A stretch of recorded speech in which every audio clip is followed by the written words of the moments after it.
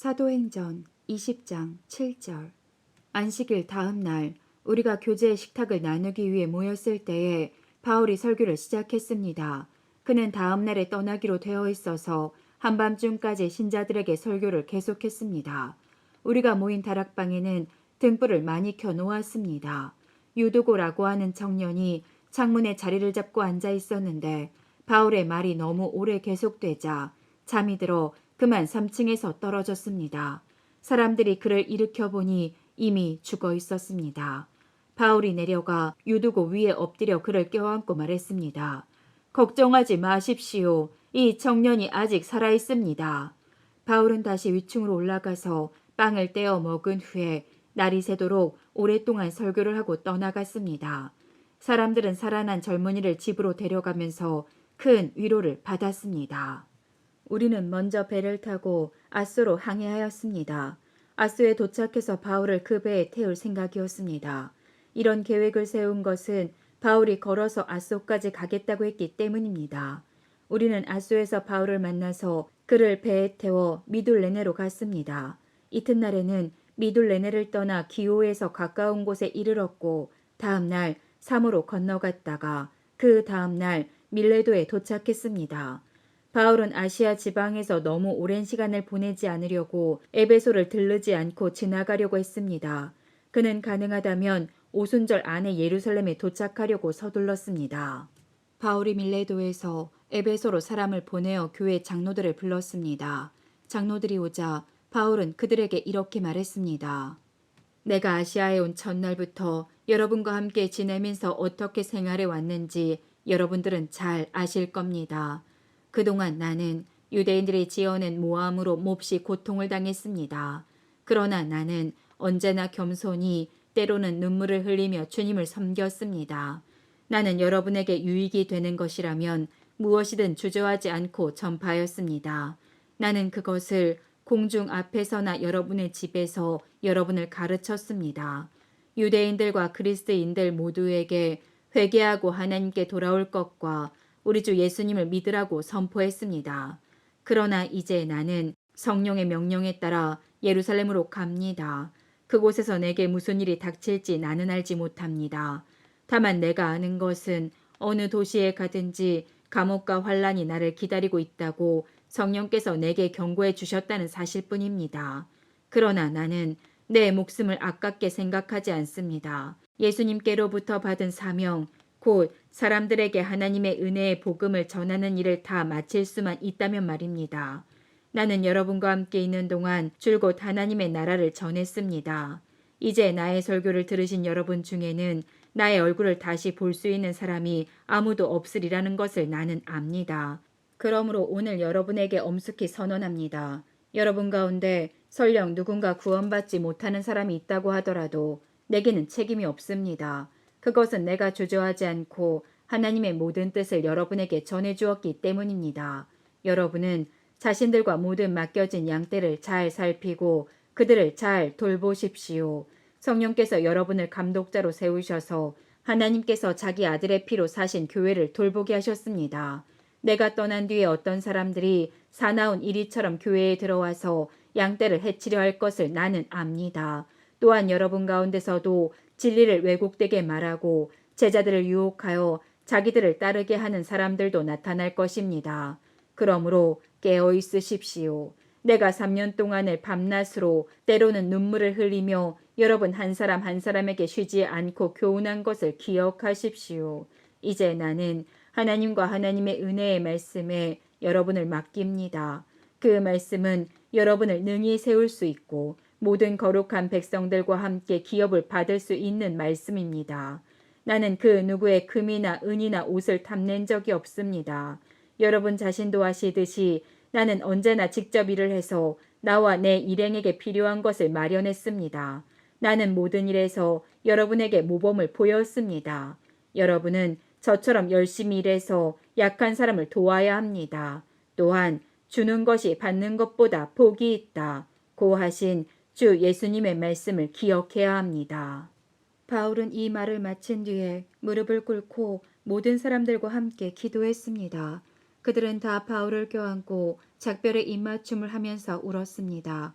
특히 그들은 다시는 자기를 보지 못하리라는 바울의 말을 듣고 슬퍼하였습니다. 그리고 그들은 배 타는 곳까지 바울을 배웅했습니다. 21장.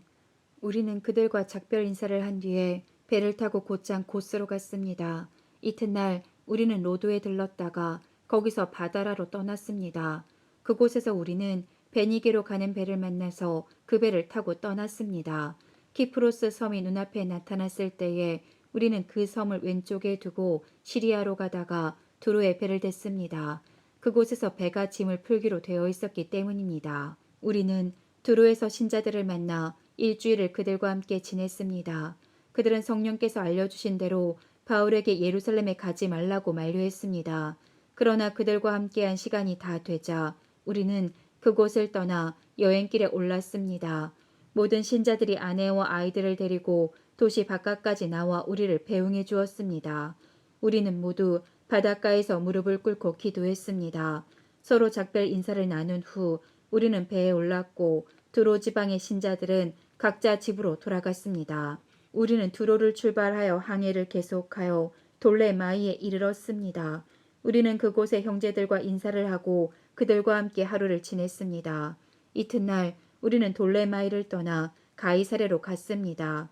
그곳에서 7 집사 가운데 한 사람인 전도자 빌립의 집에 들어가 그와 함께 지냈습니다.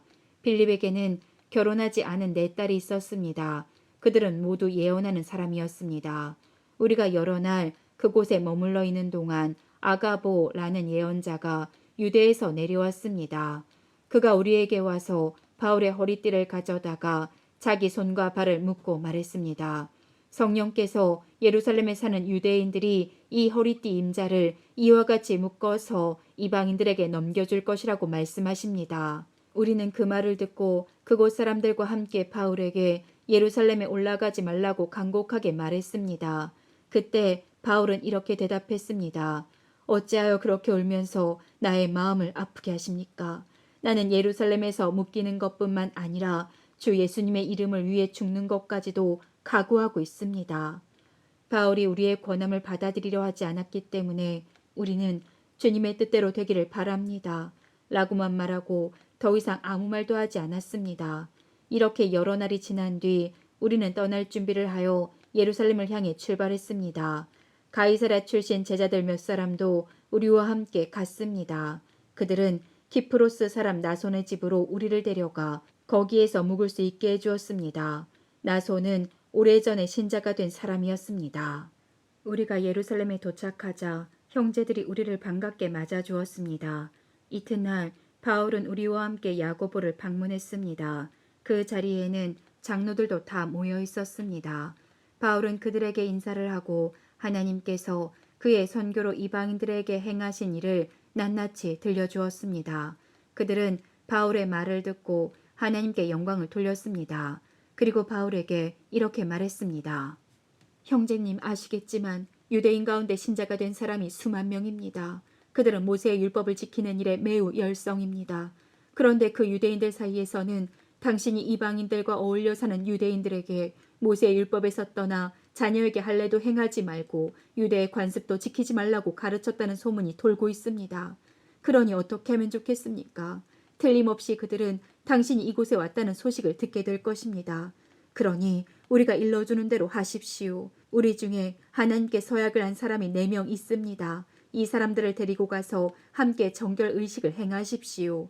그리고 형제께서 그들의 머리를 깎는 값을 대주십시오. 그러면 그들이 그대에 대한 소문이 모두 사실이 아니고 그대도 율법을 지키며 살고 있다는 것을 알게 될 것입니다. 이방인 신자들에 대해서는 우리가 이미 그들에게 편지를 써서 우상에게 바친 음식과 피와 목졸라 죽인 짐승의 고기를 먹지 말 것과 음란한 행동을 멀리할 것을 부탁한 적이 있습니다. 이튿날 바울은 그 사람들과 함께 정결 의식을 행하였습니다. 그런 뒤에 그는 성전들로 가서 정결 의식이 끝나는 날짜와 그날에 각 사람을 위해 예물을 바칠 날짜를 신고했습니다.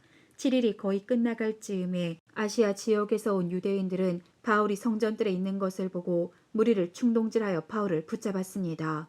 그 유대인들은 이렇게 소리질렀습니다. 이스라엘 동포 여러분, 좀 도와주십시오. 이 사람은 가는 곳마다 우리 백성과 모세의 율법과 성전을 거스르는 말로 모든 사람을 가르치는 사람입니다. 더욱이 지금은 그리스 사람들을 성전 안으로 데리고 와서 이 거룩한 곳을 더럽혀 놓았습니다. 그들이 이렇게 주장하는 것은 그들이 전에 에베소 사람 드로비모가 바울과 함께 예루살렘에 있는 것을 본 적이 있었으므로 분명히 바울이 그 사람을 성전 안으로 데리고 들어왔을 것이라고 생각했기 때문입니다.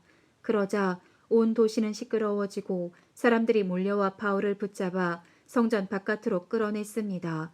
그리고 바로 성전 문이 닫혔습니다. 그들이 바울을 죽이려 하는 순간에 예루살렘 도시 전체에 폭동이 일어났다는 보고가 로마 군대 천부장에게 전달되었습니다. 그는 즉시 백부장 몇 명과 군인들을 거느리고 군중들에게로 달려갔습니다. 복도들은 로마 군대 천부장과 군인들을 보자 바울을 때리던 것을 멈추었습니다. 천부장은 가까이 가서 바울을 체포했습니다. 그리고 군인들에게 바울을 쇠사슬 2개로 묶으라고 명령한 다음 그가 누구이며 또 어떤 일을 했는지를 물었습니다. 그러자 군중들은 너도 나도 소리를 질러대며 대답을 하는데 그들의 말이 저마다 달랐습니다.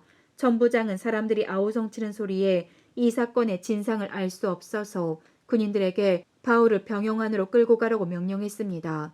바울이 층계에 이르렀을 때에는 군중들의 폭행이 너무나 격렬했기 때문에 군인들이 바울을 호위해야만 했습니다. 군중들은 바울의 뒤를 따라가며 계속해서 그를 없애버려라 하고 소리쳤습니다. 바울이 병영 안으로 끌려갈 때에 그는 천부장에게 천부장님께 한 말씀 드려도 되겠습니까? 라고 물었습니다. 천부장이 대답했습니다. 그리스 말을 할 줄 아는가? 당신은 혹시 얼마 전에 폭동을 일으키고 테러범 4,000명을 거느리고 광야로 나간 이집트 사람이 아닌가? 바울이 이렇게 대답했습니다. 아닙니다. 나는 길리기아 지방의 다소에서 태어난 유대인이며 그 유명한 도시의 시민입니다. 제가 저 사람들에게 말할 수 있게 허락해 주십시오. 천부장이 허락하자 바울은 층계 위에 올라서서 손을 내저어 무리를 조용하게 했습니다. 잠잠해지자 바울이 히브리 말로 연설했습니다. 22장 저희 아버지와 형제가 되시는 여러분, 이제 제가 해명해 드리겠으니 잘 들어주시기 바랍니다. 그들은 바울이 히브리 말로 연설하는 것을 듣고는 더 조용해졌습니다. 바울은 말을 계속했습니다. 나는 유대인입니다. 길리기아 지방의 다소에서 태어났지만 이 도시에서 자랐고 가말리엘의 제자로서 그 밑에서 우리 조상의 율법대로 엄격한 교육을 받았습니다.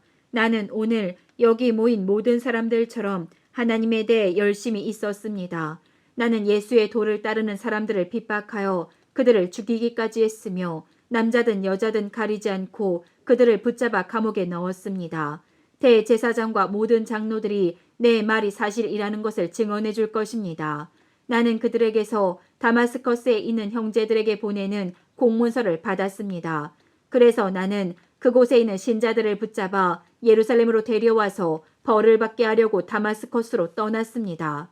정오쯤 되어 내가 다마스커스에 가까이 이르렀을 때에 갑자기 하늘로부터 밝은 빛이 나를 둘러 비췄습니다. 나는 땅에 엎어졌고 사울아 사울아 어찌하여 나를 박해하느냐 라는 소리를 들었습니다. 내가 주님 당신은 누구십니까? 라고 물었더니 그분이 내게 나는 내가 박해하는 나사렛 예수다 라고 대답하셨습니다.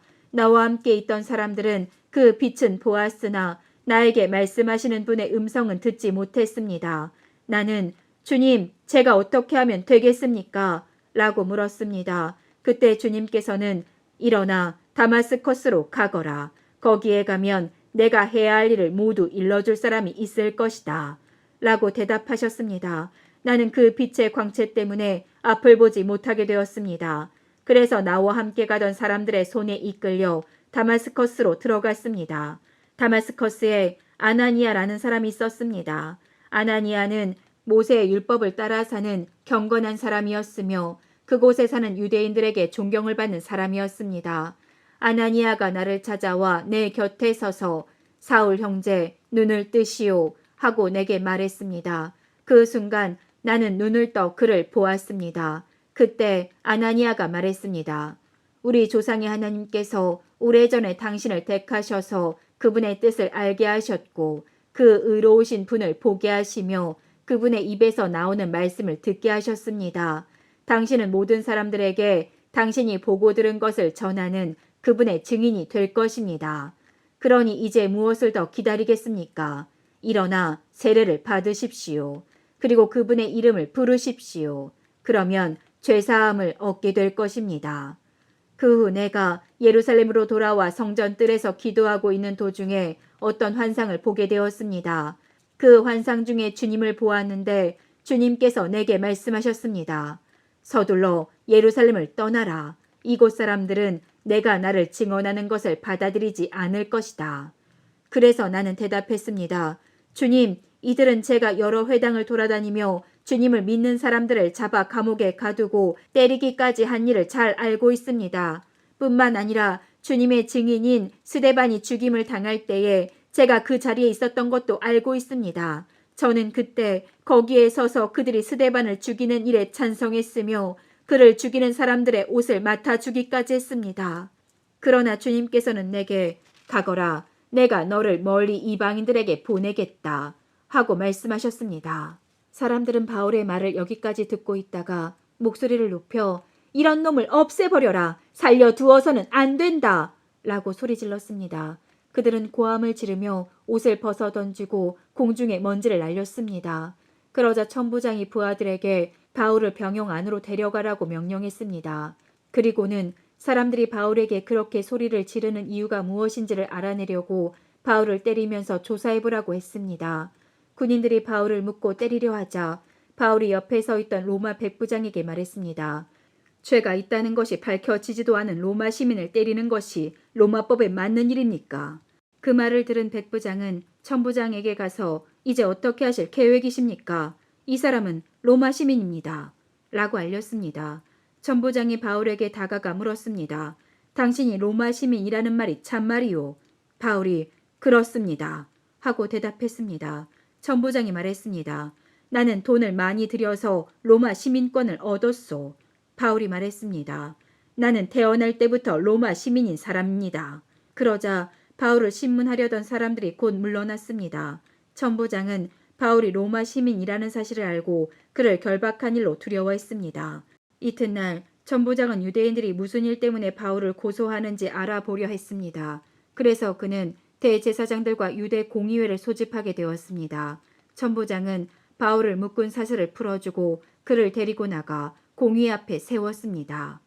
23장 바울이 유대 공의회를 똑바로 쳐다보며 말했습니다. 형제 여러분, 나는 이날까지 하나님 앞에서 선한 양심을 가지고 살아왔습니다.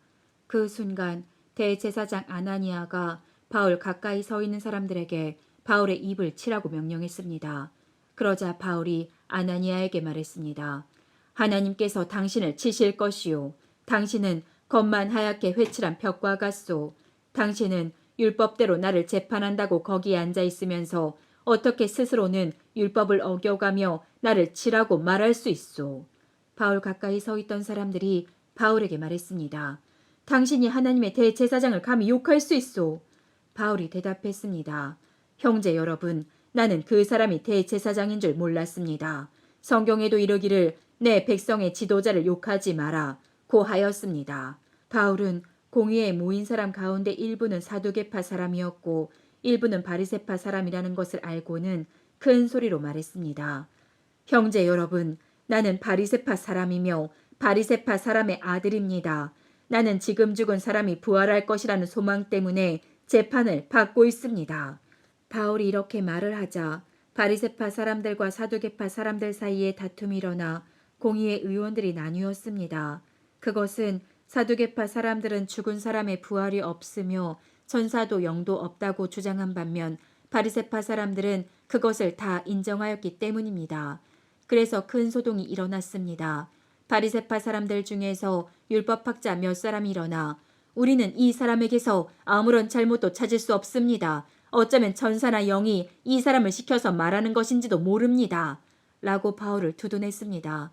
다툼이 점점 심각해지자 천부장은 유대인들 때문에 바울의 몸이 찢겨지지는 않을까 걱정이 되었습니다. 천부장은 군인들에게 내려가서 강제로라도 바울을 군중들 손에서 빼내어 병영으로 데리고 가라고 명령했습니다. 그날 밤에 주님께서 바울 곁에 서서 말씀하셨습니다. 용기를 내어라. 내가 예루살렘에서 나를 증언한 것 같이 로마에서도 나를 증언하여야 한다. 이튿날 아침 유대인들은 바울을 죽일 음모를 꾸몄습니다. 그들은 바울을 죽이기 전에는 아무것도 먹지도 않고 마시지도 않겠다고 맹세했습니다. 이러한 음모에 가담한 사람들은 40명이 넘었습니다.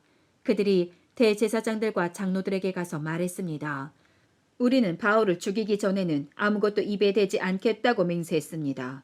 그러니 이제 여러분들과 공의회에서는 전부장에게 가서 바울이 한 일에 대해 좀 더 자세히 신문할 것이 있으니 바울을 내어달라고 부탁하십시오.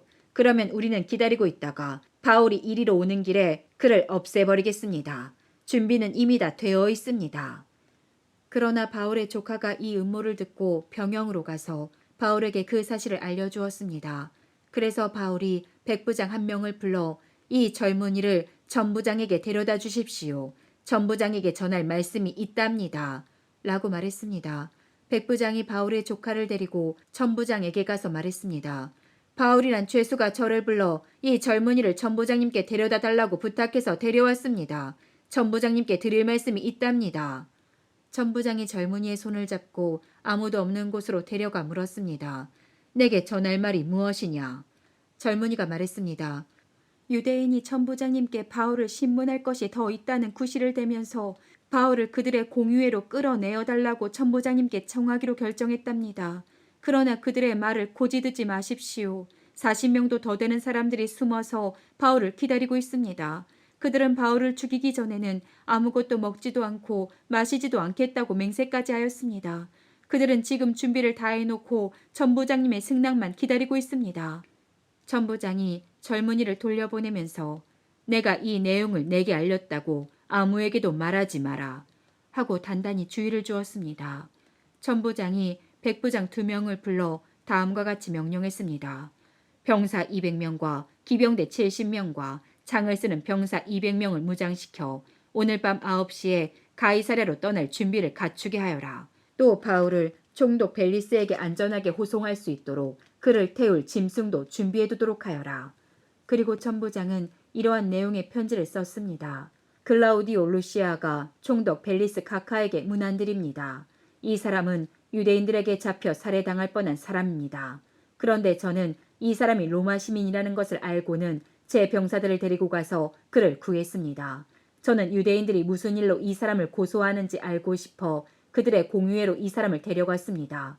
거기서 저는 그들이 이 사람을 고소하는 것이 그들의 율법에 관한 것일 뿐 이 사람에게는 사형을 당하거나 감옥에 갇힐 만한 죄가 없다는 것을 알았습니다. 그런데 유대인들이 이 사람을 죽이려는 음모를 꾸민다는 정보를 듣고 저는 곧바로 이 사람을 각하에게 보내는 것입니다. 그리고 그 유대인들에게도 이 사람에 대해 고소할 말이 있으면 각하께 직접 하라고 일러두었습니다. 군인들은 명령대로 그날 밤으로 바울을 데리고 안디 바르디까지 갔습니다.